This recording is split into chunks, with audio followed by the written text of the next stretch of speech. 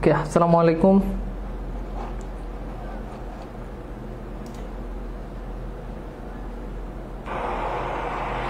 ওকে, আসসালামু আলাইকুম। প্রিয় শিক্ষার্থীরা, সবাইকে স্বাগত আমাদের আজকের ক্লাসে।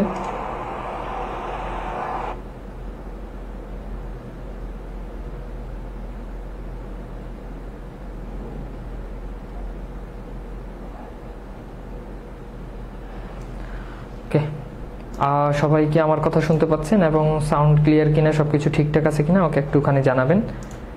আশা করি সবকিছু ঠিক আছে। আমরা আমাদের আজকের ক্লাসে আমরা তাহলে যেতে পারি। ঠিক আছে,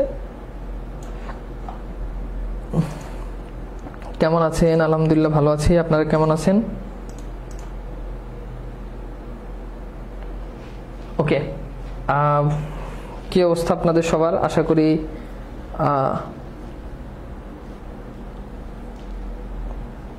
সবকিছু ঠিকঠাক। ওকে, সাউন্ডটা কি ঠিক আছে? একজন বলতেছে যে মাইকটা শুধু এক কানে আসে। এক কানে কেন আসবে ভাই? এক কানে কেন আসবে? আপনাদের কি দুই কানেই আসতেছে?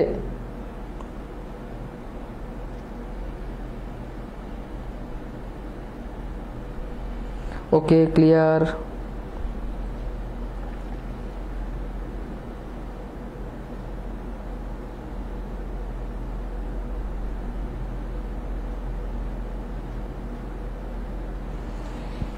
ওকে, তো সবকিছু ঠিকঠাক আছে কিনা ওকে একটুখানি জানান। আমরা আমাদের আজকের ক্লাসে আমরা আশা করি যেতে পারি। হোপফুলি সবকিছু ঠিকঠাক শুনতে পাচ্ছেন এবং দেখা যাচ্ছে। ওকে, তো আমরা আজকের ক্লাসে আমরা বাংলা সাহিত্যের মধ্যযুগ নিয়ে ইনশাল্লাহ আমরা আলোচনা করব। ঠিক আছে,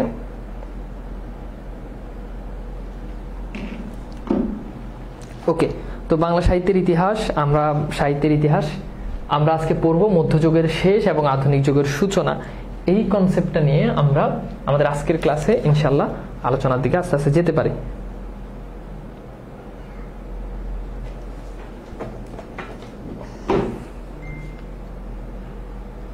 আচ্ছা, এক কানে আসে, ঠিক আছে, আমি এটা চেঞ্জ করে দেখতেছি।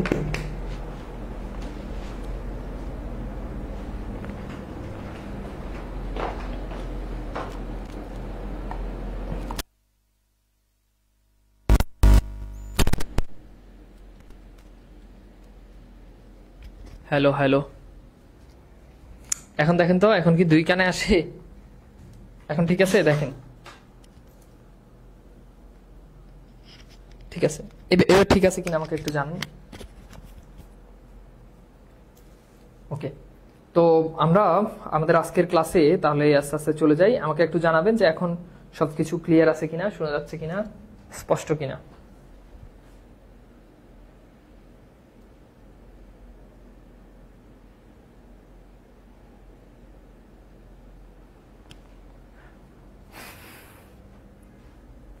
ওকে ওকে,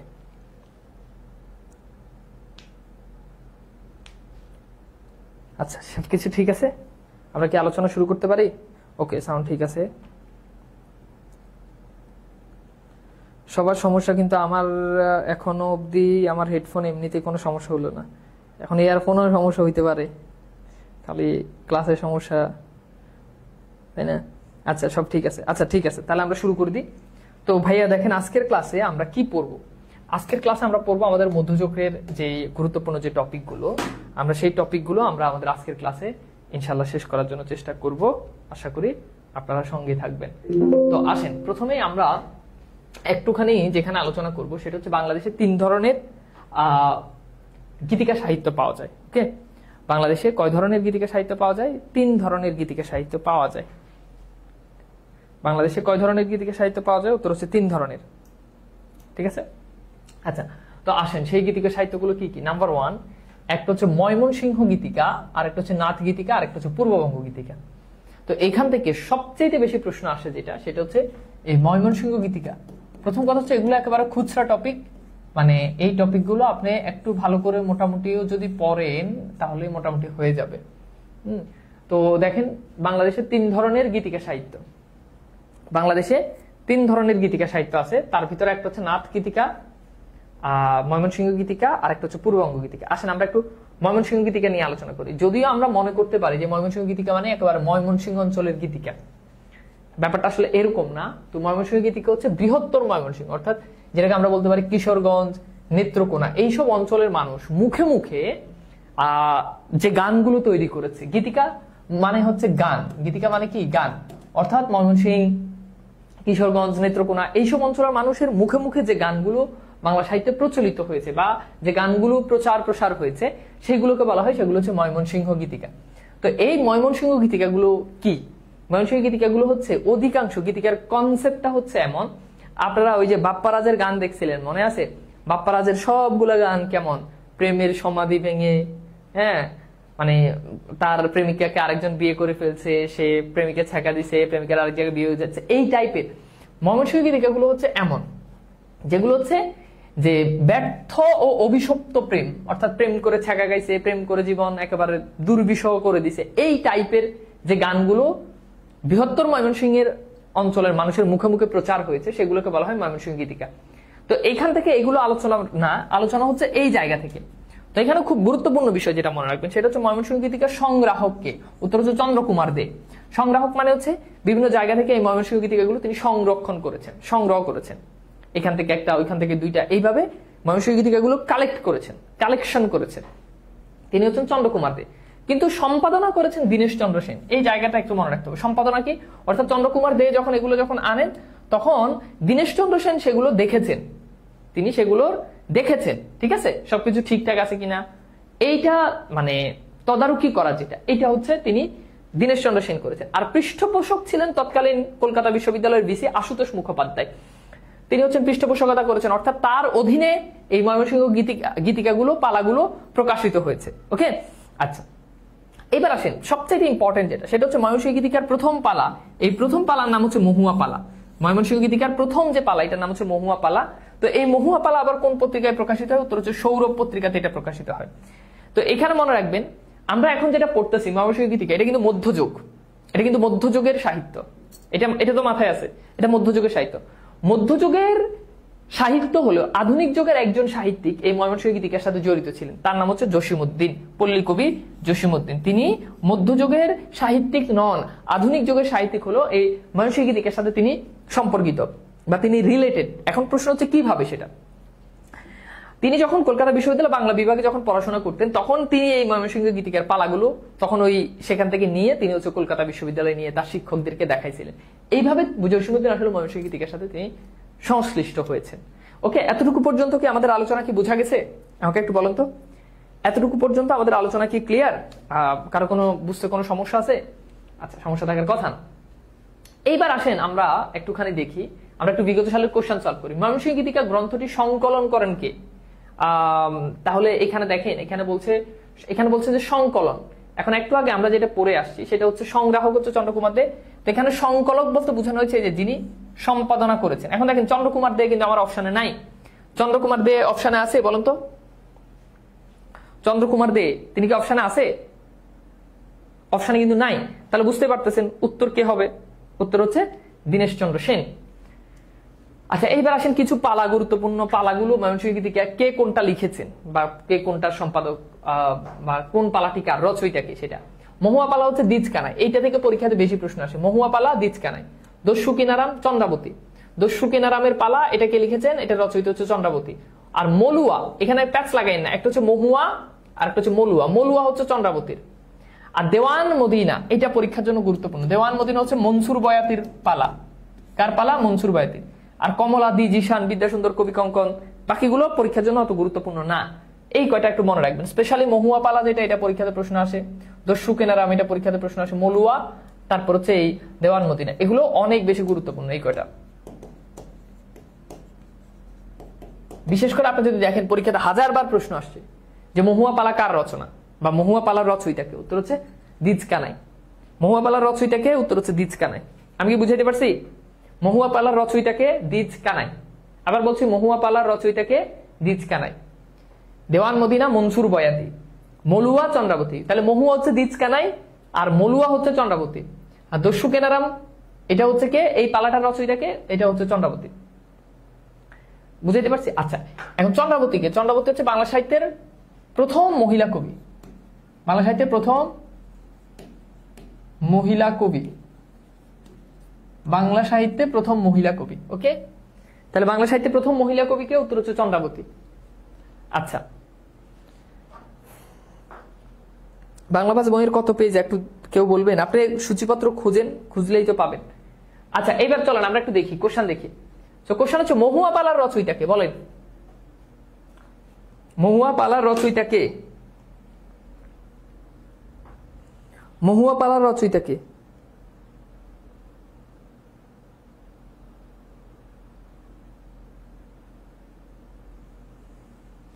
মহুয়া পালার রচয়িতাকে? তো উত্তর হচ্ছে কি? উত্তর হচ্ছে দ্বিজ কানাই। আচ্ছা, এরপর দেখেন কোনটি ময়মনসিংহ গীতিকা? নদের চাঁদ, তারপর হচ্ছে মহুয়া, মলুয়া। তো এখানে আসলে মলুয়া এটা উত্তর হয়, মহুয়া এটা উত্তর হয়। এখানে কোশ্চেন ঝামেলা আছে, আমরা এটা একটু স্কিপ করি। ওকে, এবার আসেন আমরা একটুখানি দেখি নাথ গীতিকা বা নাথ সাহিত্য। যেটাই নাথ গীতিকা সেটাই নাথ সাহিত্য। এখান থেকে নাথ শব্দের অর্থ কি? নাথ শব্দের অর্থ হচ্ছে প্রভু। নাথ শব্দের অর্থ কি? প্রভু। এখন যেটাকে আমরা অ্যাকচুয়ালি নাথ ধর্ম বলি, নাথ ধর্ম, এই নাথ ধর্মে দুইটা ধর্মের মিশ্রণে এই নাথ ধর্মটা তৈরি হয়েছে। একটা হচ্ছে বৌদ্ধ ধর্ম, আর একটা হচ্ছে শৈব ধর্ম। ঠিক আছে, তাহলে বৌদ্ধ ধর্ম আর শৈব ধর্মের মিশ্রণে যে ধর্ম তৈরি হয়েছে সেটার নাম হচ্ছে নাথ ধর্ম। এবার আসেন, এই যে নাথ যারা, এই নাথ ধর্মের আদি গুরুকে? উত্তর হচ্ছে শিব। ঠিক আছে, আর নাথ ধর্মের কাহিনী অবলম্বনে কাব্যগুলোকে বলা হয় নাথ সাহিত্য। আর নাথ সাহিত্য, প্রকৃত অর্থে গীতিকা, এগুলো আমরা জানি। নাথ ধর্মের প্রতিষ্ঠাতাকে? এখান থেকে পরীক্ষাতে প্রশ্ন আসে। নাথ ধর্মের প্রতিষ্ঠাতা, এই যে নাথ ধর্ম প্রতিষ্ঠা করছে তার নাম হচ্ছে মিননাথ। মিননাথ। ওকে, আর নাথ ধর্মের 6 জন গুরুর কথা আমরা পাই। এবার আসেন আমরা একটু দেখি, এই নাথ সাহিত্যের প্রধান দুইটা শাখা আছে। তার মধ্যে একটা হচ্ছে ময়নামতি, আর একটা হচ্ছে গোপীচন্দ্রের সন্ন্যাস। একজন এই যে ভালো প্রশ্ন করছেন যে চন্দ্রাবতী যদি বাংলা সাহিত্যের প্রথম কবি হয় তাহলে কুক্কুরিপা কে? ভাই দেখেন, কুক্কুরিপা বাংলা সাহিত্যের প্রথম মহিলা কবি, এটা কুক্কুরিপা নিজেও বলে নাই। কুক্কুরিপা পদগুলো দেখে, তার লেখা দেখে ধারণা করে যে তিনি চর্যাপদের মহিলা কবি। এটা ধারণা নির্ভর, এটা ধারণা নির্ভর। তিনি বাংলা সাহিত্যের প্রথম মহিলা কবি নন। তার লেখাগুলো দেখে ধারণা করা হয় যে তিনি নারী ছিলেন। আর চন্দ্রাবতী যে নারী, এটা নিয়ে কারো কোনো সন্দেহ নাই। তাহলে বুঝতেই পারতেছেন বাংলা সাহিত্যে প্রথম মহিলা কবিকে আপনাকে উত্তর করতে হবে চন্দ্রাবতী। কুক্কুরিপা করার কোনো সুযোগ নাই। যদি পরীক্ষাতে প্রশ্ন আসে চর্যাপদের মহিলা কবিকে, তাহলে তো বুঝতেই পারতেছেন চর্যাপদ তো চন্দ্রাবতীর সাথে সম্পর্কিত না। চন্দ্রাবতী হচ্ছে মধ্যযুগের কবি, চর্যাপদ হচ্ছে প্রাচীন যুগের। তখন আপনি কুক্কুরিপা আনসার করবেন। আমি মনে হয় প্যাচটা বুঝাইতে পারছি। এই যে আকিমুল আহমেদ সুমন, হোপফুলি আপনি বুঝতে পারছেন। আচ্ছা, এবার আসেন আমরা একটু দেখি। তো 1878 সালে স্যার জর্জ গিয়ারসন রংপুর জেলার মুসলমান কৃষকদের কাছ থেকে সংগ্রহ করেন, মানিকচন্দ্র রাজার গান নামে প্রকাশ করেন। নাথ সাহিত্যের প্রধান কবি হচ্ছে শেখ ফয়জুল্লাহ। এখান থেকে পরীক্ষাতে প্রশ্ন আসে, নাথ সাহিত্যের প্রধান কবি কে? নাথ সাহিত্যের প্রধান কবি শেখ ফয়জুল্লাহ। নাথ সাহিত্যের প্রধান কবি শেখ ফয়জুল্লাহ। আচ্ছা, এইবার দেখেন আমরা একটু, এখানে দেখেন অনেকগুলো কোশ্চেন আছে, আমরা একটু কোশ্চেনগুলো দেখি। প্রথম কোশ্চেন হচ্ছে নাথ সাহিত্য কি? এটা আমরা আগেই জানছি। নাথ সাহিত্যের উল্লেখযোগ্য কবি কে? অনেক কবি আছে, তার মধ্যে শেখ ফয়জুল্লাহ তিনি হচ্ছেন সর্বপ্রথম এবং সবচেয়ে জনপ্রিয় কবি। ভীমসেন রায়, শ্যামদাস সেন। এইখান থেকে সবচেয়ে বেশি সেটা হচ্ছে এই যে শেখ ফয়জুল্লাহর একটা গ্রন্থ আছে, সেটা হচ্ছে গোরাক্ষ বিজয়। এই গোরাক্ষ বিজয় এটার রচয়িতাকে? পরীক্ষাতে প্রশ্ন আসবে, উত্তর হচ্ছে শেখ ফয়জুল্লাহ। তাহলে বুঝছেন শেখ ফয়জুল্লাহর গ্রন্থ কোনটা? উত্তর হচ্ছে গোরাক্ষ বিজয়। শেখ ফয়জুল্লাহ গোরাক্ষ বিজয় মুখে শুনে, কার মুখে শুনে পুস্তক আকারে লিপিবদ্ধ করেছেন? উত্তর হচ্ছে ভারত, পাঁচাল রচয়িতা কবীন্দ্র মুখের। এগুলো আর পরীক্ষাতে প্রশ্ন আসবে না। ময়নামতি ও গোপীচন্দ্র অবলম্বনে রচিত গান প্রথম সংগ্রহ করেন কে? এটা আমরা পড়ছি, জর্জ গিয়ারসন রংপুর থেকে। এখানে আরো অনেক উল্লেখযোগ্য জিনিস আছে, এগুলো আমাদের আর দরকার নেই, মোটামুটি আমরা যেগুলো পড়ছি সেগুলো। এখানে যেটা মনে রাখতে হবে সেটা হচ্ছে শেখ ফয়জুল্লাহ রচিত গ্রন্থ গোরাক্ষ বিজয়, এটা একটা। এটা এই গোরাক্ষ বিজয়টাকে বলা হয় গোর্খ বিজয়, একই জিনিস, একই বইতে দেখবেন গোরাক্ষ বিজয়, গাজী বিজয়, সত্যপীর ও জয়নবের 34, এগুলো আর দরকার নাই। আসেন আমরা একটা কোশ্চেন দেখি, গোরাক্ষ বিজয় কাব্য কোন ধর্মমতের কাহিনী উল্লেখ আছে? তো উত্তর হচ্ছে নাথ ধর্ম। বুঝতে পারতেছেন, এটা আমরা যেহেতু নাথ সাহিত্য নিয়ে আলোচনা করতে হবে, তো নাথ ধর্ম এটাই রাইট অ্যান্সার। তো আশা করি নাথ সাহিত্য বা নাথ গীতিকা কনসেপ্টটা বুঝতে পারছেন। কারো কোনো সমস্যা আছে? কারো কোনো সমস্যা আছে? ক্লিয়ার? আমি কি বুঝাইতে পারছি আপনাদেরকে? ক্লিয়ারলি বুঝছেন সব? সামনে আগাবো?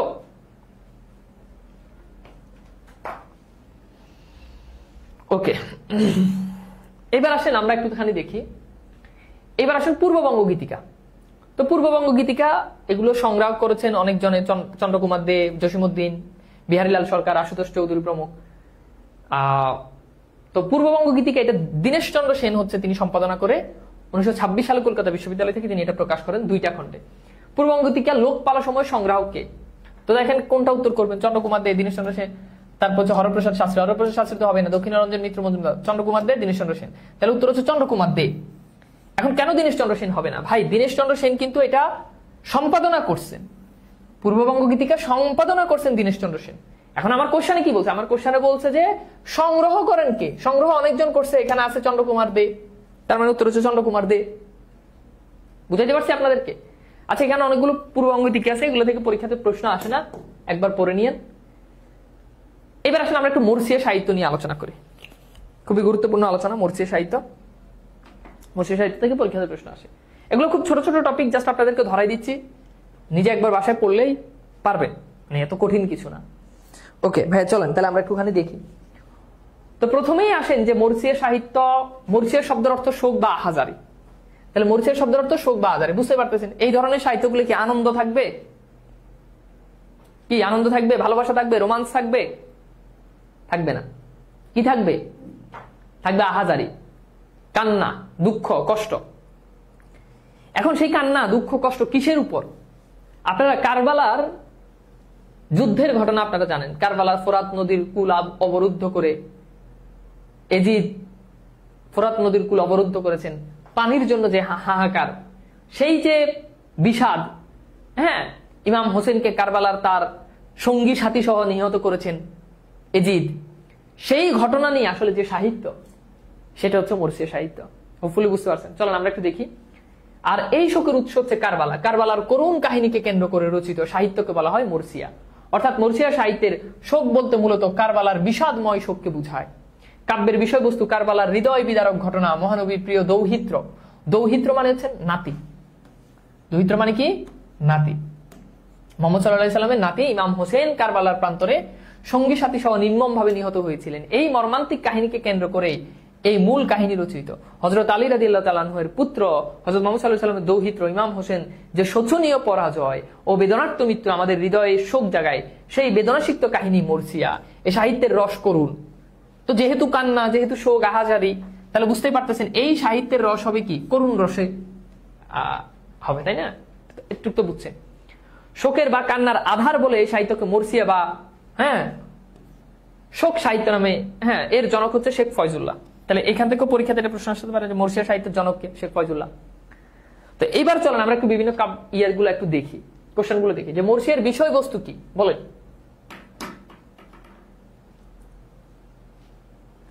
মরসিয়া সাহিত্যের বিষয়বস্তু কি বলেন তো?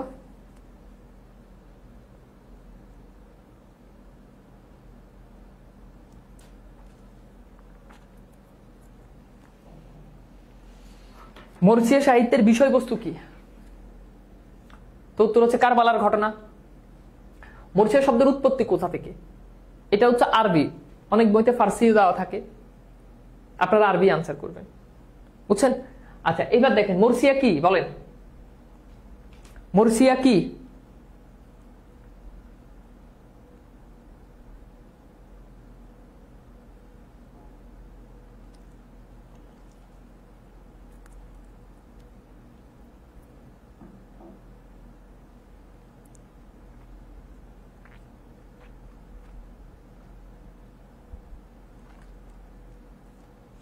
মরসিয়া কি?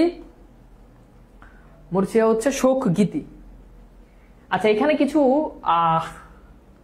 মরসিয়া সাহিত্য দেওয়া আছে, এখানে একটু হেডিংটা ভুল আছে, এটা মরসিয়া সাহিত্য হবে, মরসিয়া সাহিত্য। ওকে, আচ্ছা, তো দেখেন এখানে শেখ ফয়জুল্লাহর কাব্য হচ্ছে জয়নবের চৌতিশা। মোহাম্মদ খান, এগুলা পরীক্ষাতে প্রশ্ন আসে না, তারপরে আপনারা একটু দেখে রাখবেন। আমি কয়েকটা একটু গুরুত্বপূর্ণ যেগুলো এগুলো একটু বলি। যেমন শেখ ফয়জুল্লাহ, তার মুর্শিয়া সাহিত্য হচ্ছে জয়নবের চৌতিশা। তারপর হচ্ছে এই যে সৈয়দ সুলতানের হচ্ছে নবী বংশ জঙ্গনামা, এই দুইটা পরীক্ষাতে প্রশ্ন আসে। আর দৌলত উজির বাহারাম খা, তার হচ্ছে ইমাম বিজয়। দৌলত উজির বাহারাম খা, ইমাম বিজয়, এই কয়টা পরীক্ষাতে আসতে পারে। এগুলো থেকে পরীক্ষাতে খুব কম প্রশ্ন আসে, তারপরও আমি আপনাদেরকে একটু দেখাই দিচ্ছি। আমি কি বুঝাইতে পারছি আপনাদেরকে এতটুকু পর্যন্ত? এবার মোটামুটি আমাদের মধ্যযুগ শেষ শেষ, অন্ধকার মধ্যযুগ শেষ শেষ, আধুনিক যুগ শুরু। আধুনিক যুগ শুরু। আচ্ছা, তা আপনাদেরকে একটু বুঝার সুবিধার জন্য একটু খেয়াল করেন। দেখেন, আপনারা কেউ যোগ সন্ধিক্ষণের নাম শুনছেন? যোগ সন্ধিক্ষণ এই নাম শুনছেন কেউ? যোগ সন্ধিক্ষণের নাম শুনছেন না শুনেন নাই? আচ্ছা, এবার বলেন, মধ্যযুগ শেষ হয় কততে? মধ্যযুগ শেষ হয় 1800-তে। তাহলে আধুনিক যুগ শুরু হয় কততে? 1801। তো সন্ধি শব্দের অর্থ হচ্ছে মিলন, অর্থাৎ যুগ সন্ধিক্ষণ বলতে এটার আরেকটা নাম আছে অবক্ষয় যোগ। অবক্ষয় যোগ, ঠিক আছে? আমি দুইটাই ক্লিয়ার করব। যোগ সন্ধিক্ষণ মানে কি, অবক্ষয় যোগ মানে কি, একটু খেয়াল করেন। দেখেন, আধুনিক যুগ যখন শেষ, প্রায় মানে শেষ হয়ে যাচ্ছে, মধ্যযুগ শেষ, আধুনিক যুগ শুরু, এই টাইমের মাঝখানে যে সময়টা আছে, এই দুইটা সময়ের মাঝখানে আধুনিক যুগ থেকে কিছু সময়, মধ্যযুগ থেকে কিছু সময়, এই যে সময়ের যে মাঝখানে দুইটা সময়ের মিলন স্থল, দুইটা যুগের মধ্যবর্তী যে সময়, এইটাকে বলা, এটা হচ্ছে কি, যোগ সন্ধিক্ষণ। কনসেপ্ট বুঝতে পারছেন? কনসেপ্ট কি বোঝা গেছে? আবার দেখেন, অবক্ষয় যোগ, কেন এটার নাম অবক্ষয় যোগ? ক্ষয় তো বুঝেন, অবক্ষয় মানুষ বলে না চরিত্রের অবক্ষয় মানে অধপতন। তো এই যে সময়টা আছে, সেই সময়টা, এই যে সময়টা আছে, এই সময়টাতে উল্লেখযোগ্য সাহিত্য পাওয়া যায় না। এখন আসেন, সে সময়টা আসলে কেমন আপনাদের প্রশ্ন হইতে পারে। সে সময়টা কেমন? সে সময়টা হচ্ছে যে এখানে দেখতে পাচ্ছেন যে 1860 থেকে 1760 থেকে 1860, 1760 থেকে 1860, বুঝতে পারছেন? তো এই যে দেখেন 1760 থেকে 1860, 1760 থেকে 1860, এই সময়টাই হচ্ছে মূলত অবক্ষয় যুগ। অবক্ষয় যুগ। তো এই সময়ের মধ্যে তেমন কোনো উল্লেখযোগ্য সাহিত্য পাওয়া যায় না। ওই যে পড়ছেন অন্ধকার যুগে কোনো সাহিত্য পাইনি, এরপর দীর্ঘ সময় পরে আবার অবক্ষয় যুগে তেমন কোনো উল্লেখযোগ্য সাহিত্য বাংলা সাহিত্যে আসে নাই। এই জন্য এটার নাম হচ্ছে অবক্ষয় যুগ। অবক্ষয় যুগ, বুঝতে পারছেন? তা এখন এই ধরনের সাহিত্য না আসলো, এখানে কিছু ব্যাপার আছে। ব্যাপারটা হচ্ছে এখানে দুইটা শ্রেণীর উদ্ভব হচ্ছে। একটা হচ্ছে কবিয়াল, আর একটা হচ্ছে শায়ের। বুঝছেন? কবিয়াল আর একটা হচ্ছে শায়ের। এই কবিয়াল এবং শায়েরদের উদ্ভব হয়েছে অবক্ষয় যুগে। কবিয়াল হচ্ছে হিন্দুদের মধ্য থেকে একটা শ্রেণী, যারা রাস্তাঘাটে, গ্রামগঞ্জে, দোকানপাটে হেঁটে হেঁটে হেঁটে যারা গান গাইতো।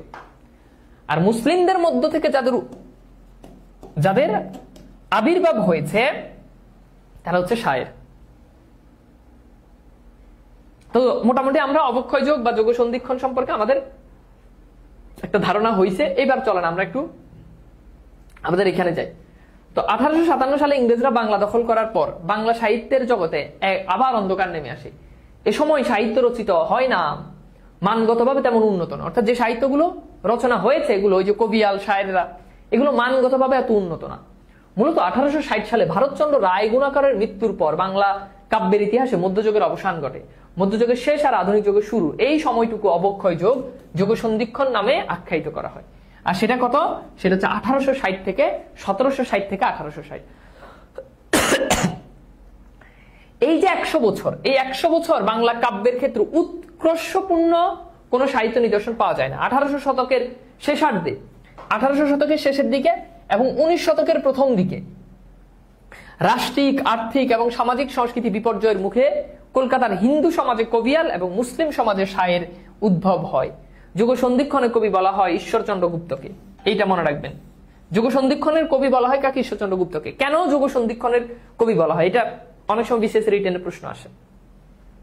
ঈশ্বরচন্দ্র গুপ্তকে কেন যুগ সন্ধিক্ষণের কবি বলা হয়? কারণ ঈশ্বরচন্দ্র গুপ্ত এমন একজন লেখক যার লেখার মধ্যে প্রথম মধ্যযুগের কোন লেখক যার লেখার মধ্যে আধুনিক যুগের লেখার ছাপ পাওয়া যায়, অর্থাৎ তার লেখার মধ্যে মধ্যযুগের ছাপ পাওয়া যেত, আবার আধুনিক যুগের ছাপ পাওয়া যেত।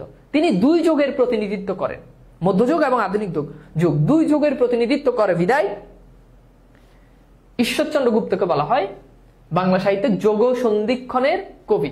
এটা পরীক্ষার জন্য খুব ইম্পর্টেন্ট। আচ্ছা, তো আলী হাসান এইটাকে শূন্যতার যুগ বলেছেন।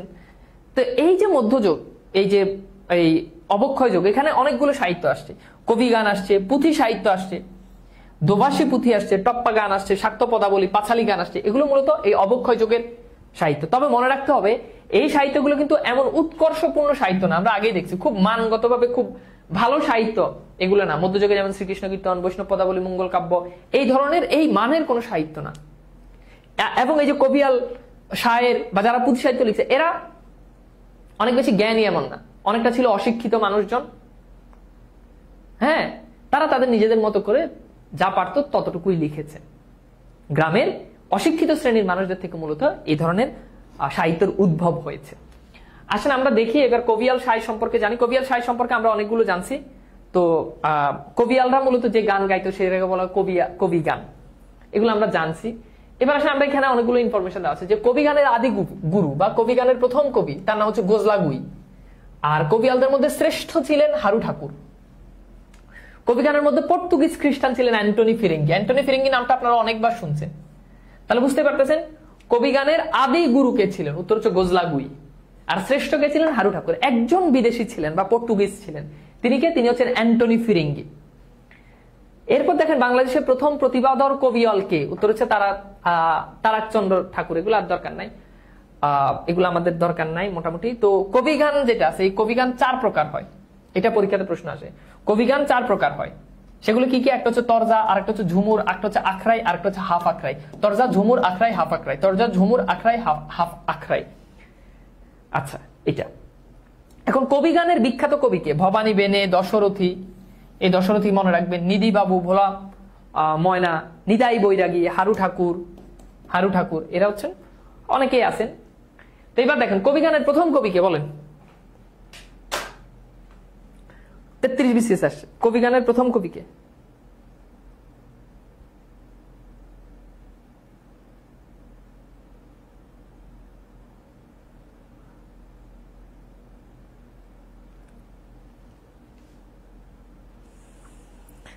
কবিগানের প্রথম কবিকে উত্তর কি হবে? না পারার কিছু আছে? গোজলা গুই বা গোজলা পুটো বলা হয়। কবিয়াল ও সাহিত্যের উদ্ভব ঘটে কখন? এটা আমরা ক্লাসে পড়ছি।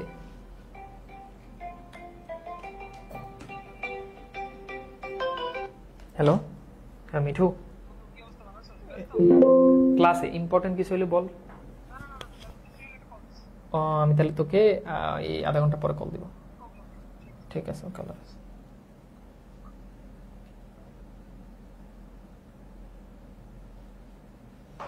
উল্টে গেল।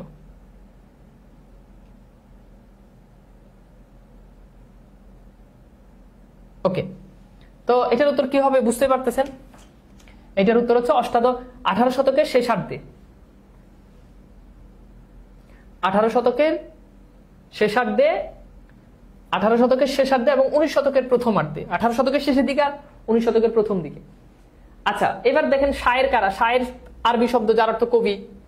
মুসলিম সমাজের সাহিত্যের উদ্ভব। এই মুসলিম সমাজের শায়ের কারা ছিলেন? শায়ের ছিলেন ফকির গরিবুল্লাহ, আমির হামজা, কবি কৃষ্ণ রামদাস, এরা ছিলেন শায়ের।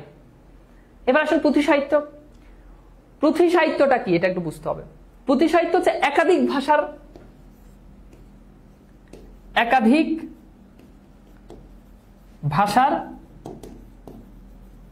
মিশ্রণে তৈরি সাহিত্য। একাধিক ভাষার মিশ্রণে তৈরি সাহিত্য। তাহলে কথা বোঝা গেছে? পুঁথি সাহিত্য কি? একাধিক ভাষার মিশ্রণে তৈরি সাহিত্য। একাধিক ভাষার মিশ্রণে তৈরি সাহিত্য।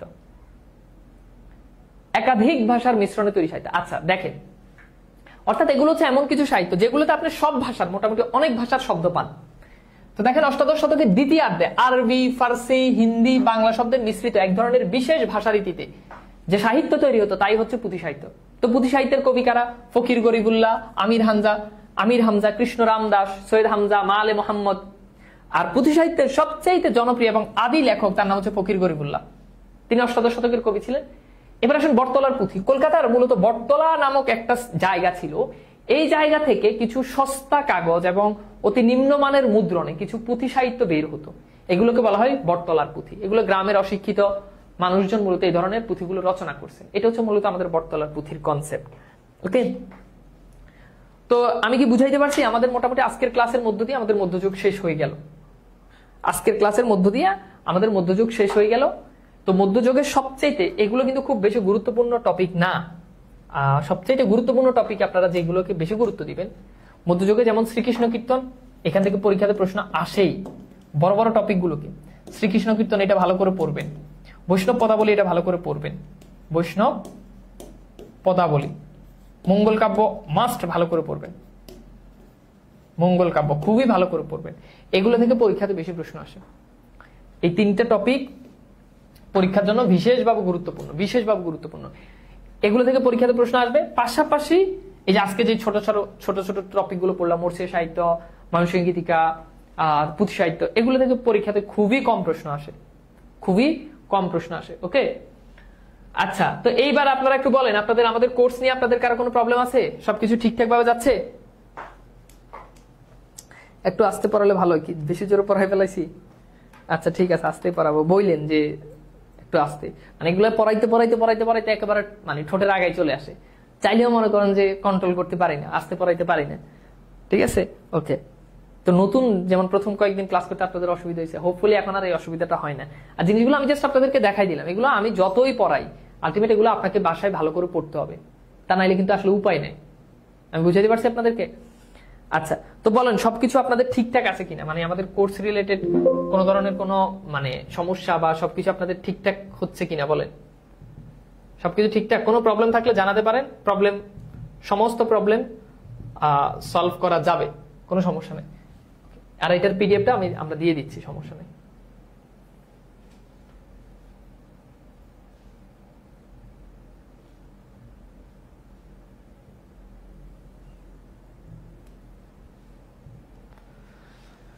ওকে, ম্যাথ টিচার কি আর আসবে না? দেখি ম্যাথ টিচার আসবে কিনা। আপনাদেরকে ম্যাথের তো মনে হয় কয়েকটা ক্লাস দিলে, আমি কয়টা ক্লাস দিলাম ম্যাথের? ওকে, আলহামদুলিল্লাহ, ঠিক আছে। জিনিসগুলো আসলে আপনারা ভালো করে পড়তে হবে। ভাইয়া কোর্স কতদিন চলবে? এই আমাদের তো মাত্র চক্র যাচ্ছে 2, চক্র 2 যাবে, 3 যাবে, 4 যাবে, তারপর কোর্স শেষ হয়ে যাবে। আপনারা তো এখন এই যে ক্লাসে উপস্থিতির সংখ্যা অনেক কমে গেছে, তো এই উপস্থিতিটা তো ধরে রাখতে হবে। উপস্থিতিটা কি করতে হবে? ধরে রাখতে হবে, নাহলে তো আসলে লাভ নাই। তো এটার এই যে আজকের পিডিএফটা আপনাদেরকে দিয়ে দিব, এখানে একেবারে দাগানো পিডিএফ দেওয়া আছে, সমস্যা নাই।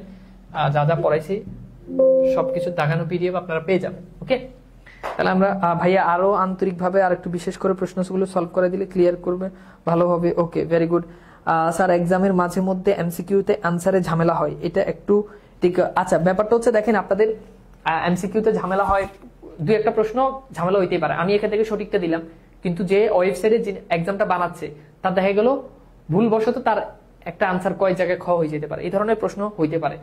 আবার যদি কখনো এক্সামে প্রশ্ন না বুঝেন, তাহলে ডিসকাশন গ্রুপে পোস্ট দিবেন যে এই প্রশ্নটা বুঝি নাই। ডিসকাশন গ্রুপে পোস্ট দিলে পোস্ট অ্যাপ্রুভ করা হবে, সবার পোস্ট অ্যাপ্রুভ করা হবে। যত সমস্যা আছে ডিসকাশন গ্রুপে বলবেন, কোনো সমস্যা নেই, ঠিক আছে? আর রেগুলার অবশ্যই ক্লাসগুলো করবেন, নিয়মিত ক্লাস করবেন। তো আপনারা দেখছেন যে আমরা অলরেডি অনেকগুলো মানে ক্লাস শেষ করছি, সমাসের অনেকগুলো ক্লাস হয়েছে। নেক্সট ইনশাআল্লাহ এটার উপর আপনাদের ক্লাস হবে, তো বাকি যেগুলো আছে সেগুলোর উপর। তো তাহলে ভালো থাকবেন। আজকে ছোট্ট একটা টপিকের ক্লাস আমরা মধ্যযুগ শেষ করলাম। ইনশাআল্লাহ নেক্সট ক্লাস থেকে আমাদের আবার বাকি টপিকগুলোর উপর ক্লাস হবে।